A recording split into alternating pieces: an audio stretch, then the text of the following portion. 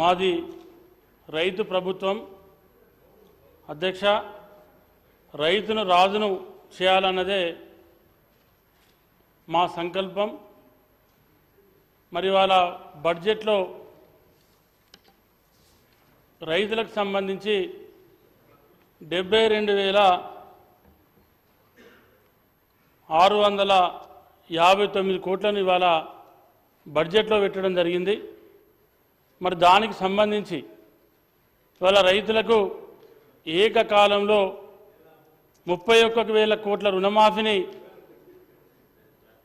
చేయడం కోసం గట్టి సంకల్పంతో మరి కార్యక్రమాన్ని తీసుకున్నటువంటి ముఖ్యమంత్రి గౌరవశ్రీ రేవంత్ రెడ్డి గారికి, ఆర్థిక మంత్రి గౌరవశ్రీ బట్టి విక్రమార్క గారికి, వ్యవసాయ శాఖ మంత్రి తుమ్మల నాగేశ్వరరావు గారికి ఈ సందర్భంగా కృతజ్ఞతలు తెలియజేసుకుంటూ, మరి ఆనాటి బీఆర్ఎస్ ప్రభుత్వంలో కేవలం 2,500 కోట్ల వరకే మరి 2022-23లో బడ్జెట్లో పెట్టడం జరిగింది। ఇవాళ దాదాపు 2,90,00,000 కోట్ల బడ్జెట్లో దాదాపు 25% పైసలకు మరి రైతులకు కేటాయించడం అనేది ఇదొక చరిత్ర। దేశంలోనే ఇప్పటి వరకు ఏ రాష్ట్రంలో కూడా రైతులకు సంబంధించి ఇంత పెద్ద ఎత్తున రుణమాఫీ చేసినటువంటి దాఖలాలు లేవు।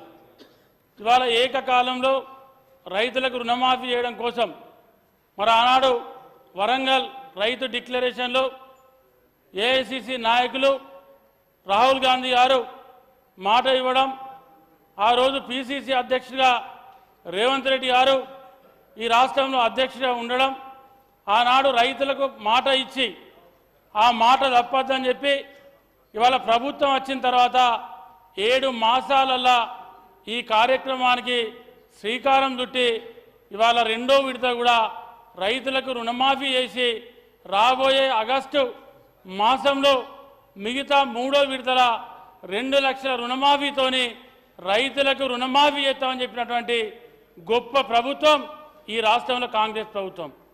ఇవాళ అదే కాకుండా మరి ఆనాడు బీఆర్ఎస్ ప్రభుత్వం 2014లో అప్పుడు టీఆర్ఎస్ పార్టీగా ఉన్నప్పుడు మరి ఎన్నికల ముందు ఏకకాలంలో ₹1,00,000 రుణమాఫీ చేస్తామని చెప్పి ఆనాడు 5 విడతలలో రైతులకు రుణమాఫీ చేసింది। రైతులకు రుణమాఫీ చేస్తే ఆనాడు బీఆర్ఎస్ ప్రభుత్వం చేసినటువంటి 2014-2018 రుణమాఫీతోని రైతులకు ఎక్కడ కూడా అధ్యక్ష కనీసం వడ్డీ కూడా మాఫీ అయినటువంటి దాఖలాలు లేవు। అదేవిధంగా 2018 చెప్పిన మేము మళ్ళీ అధికారం ఇవ్వండి, మళ్ళీ మా ప్రభుత్వం వస్తే మీకు పెద్ద ఎత్తున ఏకకాలంలో రైతులకు రుణమాఫీ చేస్తామని చెప్పి 2018 నుండి 23 ఎన్నికల వరకు కాలయాపన చేసి 2023 ఎన్నికల వరకు కాలయాపన చేసి రైతులకు ఏకకాలంలో రుణమాఫీ చేయకపోను ఆనాడు మరి ఎన్నికలకు 3-4 నెలల ముందు రుణమాఫీ చేస్తే కనీసం అవి వడ్డీ కూడా సరిపోయినటువంటి పరిస్థితి। అటువంటి పరిస్థితులకు వెళ్ళి ఇవాళ రైతులకు ఏకకాలంలో 2 లక్షల రుణమాఫీ చేస్తామని చెప్పి రైతులకు రుణమాఫీ చేస్తామని చేస్తే ఇవాళ కొంతమంది సభ్యులు మాట్లాడుతూ ఉన్నారు అధ్యక్ష, నిన్న మొన్న అవతల ప్రతిపక్ష పార్టీ సభ్యులు మాట్లాడుతూ ఉన్నారు, అక్కడ వడ్డీ మాఫీ కాలే, ఇక్కడ వడ్డీ మాఫీ కాలే। వడ్డీ మాఫీ అయింది అధ్యక్ష। వాళ్ళు సభను తప్పుదో పట్టించి రైతులను ఏదో అయోమయానికి గురి చేసి మళ్ళీ కాంగ్రెస్ ప్రభుత్వాన్ని బదనం చేయడం కోసం ప్రయత్నం చేస్తున్నారు అధ్యక్ష। ఎందుకంటే ఇవాళ మా దగ్గర ఆనాడు బీఆర్ఎస్ ప్రభుత్వం అధికారంలో ఉన్నప్పుడు ఏదైతే అక్కడ మా నియోజకవర్గంలో శ్రీరాంపూర్ మండల హెడ్ క్వార్టర్ అధ్యక్ష, శ్రీరాంపూర్ మండల కేంద్రంలో ఆరెల్లి లింగయ్య అనే రైతు గ్రామం శ్రీరాంపూర్ మండల శ్రీరాంపూర్ తనకు 35,000 లోన్ ఉన్నాయో అధ్యక్ష। 35,000 లోన్ ఉంటే 2014-18 మధ్యలో 5 విడతలలో రుణమాఫీ జరిగింది 35,001 రూపాయలు అధ్యక్ష। అది ఓను మిగతా మళ్ళీ 26,000 224 రూపాయలు ఆ రైతుకు మళ్ళీ బ్యాంకులో అట్లే ఉంది. అంటే రైతుకు అయింది ఎంత అంటే 8,770 రూపాయలే గత బీఆర్ఎస్ ప్రభుత్వంలో రైతుకు రుణమాఫీ జరిగింది 2014-18. ఇంకా 2018-23లో చెప్తే అసలు ఏ రైతుకు రుణమాఫీ జరగలే. అదొక ఫేక్, అది ఒక ఏంటంటే అదొక మోసపూరితమైనటువంటి రైతు రుణమాఫీ తప్ప ఏ రైతు కూడా ఎక్కడ కూడా రుణమాఫీ జరగలే. ఇవాళ మరి రైతు గల్లెగిరేసుకొని రైతు ధైర్యంగా ఇవాళ రుణమాఫీ చేసిన ఈ ప్రభుత్వానికి మరి అండగా ఉండేటువంటి పరిస్థితి ఉంది. ఎందుకంటే ఇవాళ రైతులకు మరి ఇంత మోసం గతంలో ఎన్నడూ జరిగినటువంటి చరిత్ర లేదు అధ్యక్ష. అదే కాదు ఇవాళ మరి దాంతోపాటు ఏదైతే ఇవాళ పంట బీమా కానీ రైతులకు పంట బీమాకు సంబంధించి 2019 సంవత్సరంలో మరి పంట బీమా బంద్ చేసింది బీఆర్ఎస్ ప్రభుత్వం. మరి ఆనాటి నుండి ఈనాటి వరకు 2023 సంవత్సరం వరకు ఎక్కడ రైతు బీమా ఊసే ఎత్తలే ప్రభుత్వం. ఎక్కడ కూడా రైతు పంట నష్టపోతే అకాల వర్షం వచ్చినా రైతు ఏమైనా వివిధ కారణాలతోని పంట పాడైపోతే పంట నష్ట పరిహారం రాలేదు రైతుకు. ఆనాడు 2009-14 కానీ 2004-9 కానీ ఆనాడు కాంగ్రెస్ పార్టీ ఉమ్మడి ఆంధ్రప్రదేశ్లో ఆనాడు అధికారంలో ఉన్నప్పుడు ఎక్కడ ఏ రైతుకు పంట అకాల వర్షాలు వచ్చినా ఇతరాతర కారణాలతోని పంట నష్టపోతే రైతులకు పెద్ద ఎత్తున నష్టపరిహారం ఇచ్చినటువంటి చరిత్ర ఆనాడు కాంగ్రెస్ పార్టీ.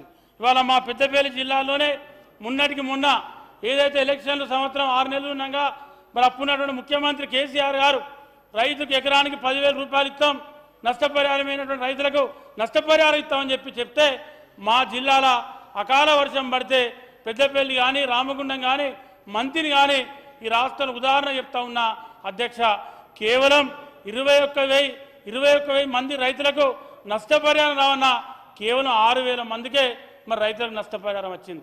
ఇదే కాకుండా మరి అదేవిధంగా ఏదైతే ఇవాళ రైతులకు సంబంధించి మరి రైతులకు గిట్టుబాటు ధర విషయంలో ఆనాడు కాంగ్రెస్ ప్రభుత్వం అధికారంలో ఉన్నప్పుడు 2004-9-14 మధ్యలో ఆనాడు రాజశేఖర రెడ్డి గారు ముఖ్యమంత్రి ఉన్నప్పుడు ఐకేపీ కేంద్రాలు తీసుకొచ్చి సింగిల్ విండో కొనుగోలు కేంద్రాలు తీసుకొచ్చి రైతులు పండించిన పంటకు గిట్టుబాటు ధర ఉండాలని చెప్పి అధ్యక్ష ఆనాడు మరి దళారుల చేతిలో మోసపోవద్దని చెప్పి రైతులకు ఆనాడు నష్టం జరగద్దని చెప్పి రైతులకు ఆనాడు ఐకేపీ కొనుగోలు కేంద్రాలు సింగిల్ విండో కొనుగోలు కేంద్రాల ద్వారా ఆనాడు ప్యాడీ ప్రొక్యూర్మెంట్ జరిగింది. ఇవాళ ఏముంది అధ్యక్ష 2014లో బీఆర్ఎస్ ప్రభుత్వం వచ్చిన తర్వాత కేసీఆర్ గారు ముఖ్యమంత్రి ప్రమాణ స్వీకారం చేసిన తర్వాత ఆనాటి నుండి మొన్నటి వరకు మా పెద్దపల్లి నియోజకవర్గం చూసుకున్నా పెద్దపల్లి జిల్లా చూసుకున్నా ఈ రాష్ట్రంలో చూసుకున్నా ఆనాడు ఒక గింజ కటింగ్ లేకుండా రైతుల దగ్గర ప్యాడీ కొనుగోలు జరిగింది. బీఆర్ఎస్ ప్రభుత్వం వచ్చిన తర్వాత 2017-18 ప్రారంభమై 2023 వరకు దాదాపు 6 సంవత్సరాలు యథేచ్ఛగా ఈ రాష్ట్రంలో ఇష్టానుసారంగా మా ప్రాంతంలో ఇష్టానుసారంగా 5 కిలోల నుండి వడ్లు కటింగ్ ప్రారంభమై 10 కిలోలు 12 కిలోలు 15 కిలోల వరకు ఒక రైతు దగ్గర వడ్లు కటింగ్ చేశారు.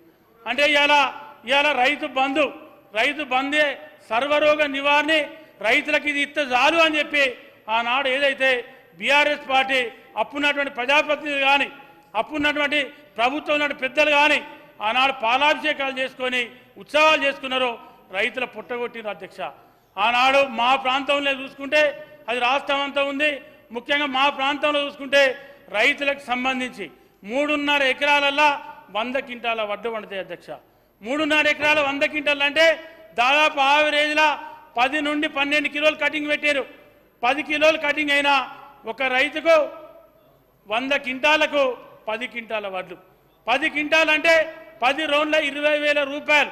20,000 రూపాయలు అంటే ఒక్క రైతుకు 20,000 రూపాయలు అంటే 3.5 ఎకరాల పొలంలో 20,000 నష్టపోయిందంటే రైతు బంధు పడ్డా కూడా మరి ఆ రైతుకి ఏం ఉపయోగం లేదు. అదే పంట నష్టపోయినా కూడా రైతుకి ఎలాంటి సహకారం లేదు ప్రభుత్వం నుంచి. ఈ రకంగా రైతులను అనేక రకాలుగా ఇబ్బంది పెట్టి రైతులను అనేక రకాలుగా ఎన్నో రకాలుగా ఇబ్బందులకు గురి చేసింది ఆనాటి బీఆర్ఎస్ ప్రభుత్వం. ఇవాళ మొన్నటికి మొన్న చెప్తా ఉన్నారు రైతులకు వడ్డీ పడతలేదు, రైతులకు ఇట్లా ఉంది, రైతులకు అట్లా ఉందని చెప్పి. ఇలా రైతుల పక్షాన మీరు ఏ ముసలి కన్నీరు గార్చినా ఏ విషయం చెప్పినా ఇవాళ ఈ రాష్ట్రంలో ఉన్నటువంటి రైతాంగం నమ్మేటువంటి పరిస్థితి లేదు. ఎందుకంటే మీ ఆలోచన అంతా ఒకటే ఆలోచన.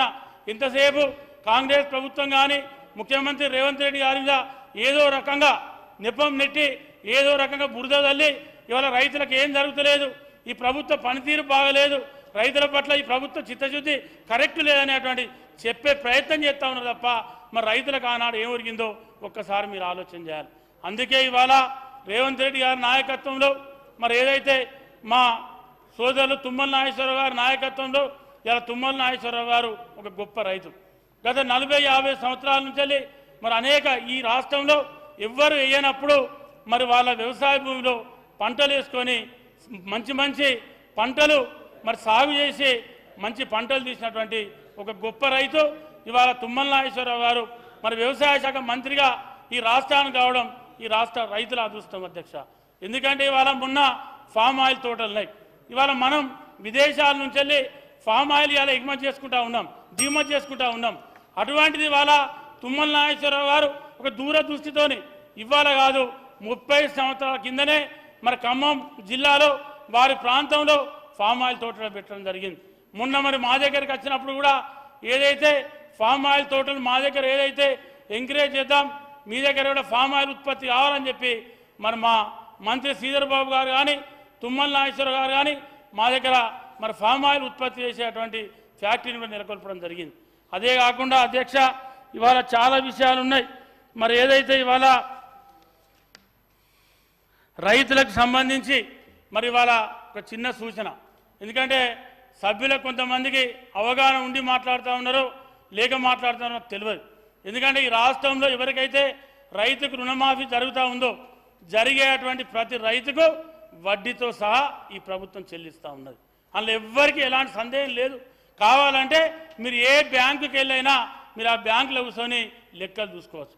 ఏదైతే కట్ ఆఫ్ డేట్ ఉందో డిసెంబర్ ఏదైతే 2023 డిసెంబర్ కట్ ఆఫ్ డేట్ ఉందో ఆ తర్వాత జరిగేటువంటి ఏదైతే ఈ 4-5 మాసాలకే వడ్డీ తీసుకొని మళ్ళీ ఆ రైతు రుణమాఫీని మళ్ళీ 1,00,000 లక్ష, 1,50,000 లక్షన్నర, 50,000 50,000, 2 లక్షలు 2 లక్షల ఈ ప్రభుత్వం రైతులకు రుణాలు ఇచ్చేటువంటి సౌకర్యాన్ని కల్పించడం జరిగింది. కానీ వాళ్ళు చెప్పేది ఎట్లుందంటే మాట్లాడేటప్పుడు మొత్తం రైతులకు ఎక్కడ అసలు రైతు మొత్తం మిత్తంతా రైతులే కట్టుకున్నారనే విధంగా చెప్పేటువంటి ప్రయత్నం చేస్తూ ఉన్నారు. అదే కాదు అధ్యక్ష, మరి గతంలో ఏదైతే అప్పున్నటువంటి బీఆర్ఎస్ ప్రభుత్వంలో ఆనాడు ఇక్కడటువంటి ప్రతిపక్ష నాయకులు మరి పక్కనే కూర్చున్నారు 2 పార్టీల నాయకులు. ఆనాడు వరి పెట్టద్దు అన్నారు, వరి పెడితే ఊరి అన్నారు, సన్నవడ్లు పెట్టద్దు అన్నారు, సన్నవడ్లు ఓసారి దొడ్డు వడ్లద్దు, సన్నవడ్లు పెడితే లాభదాయకంగా ఉంటుంది పంట అని చెప్పారు. పత్తి పెట్టద్దు, పరేషాన్ కావద్దు, అసలు పత్తి బయట పోయే పరిస్థితి లేదన్నారు. మళ్ళోసారి అప్పున్నటువంటి ముఖ్యమంత్రి గారు మన ఏషియా ఖండంలోనే మన పత్తికి మంచి ధర ఉంది, మన ఏషియా ఖండంలోనే మన నాణ్యమైన పత్తి పెట్టాలని చెప్పారు.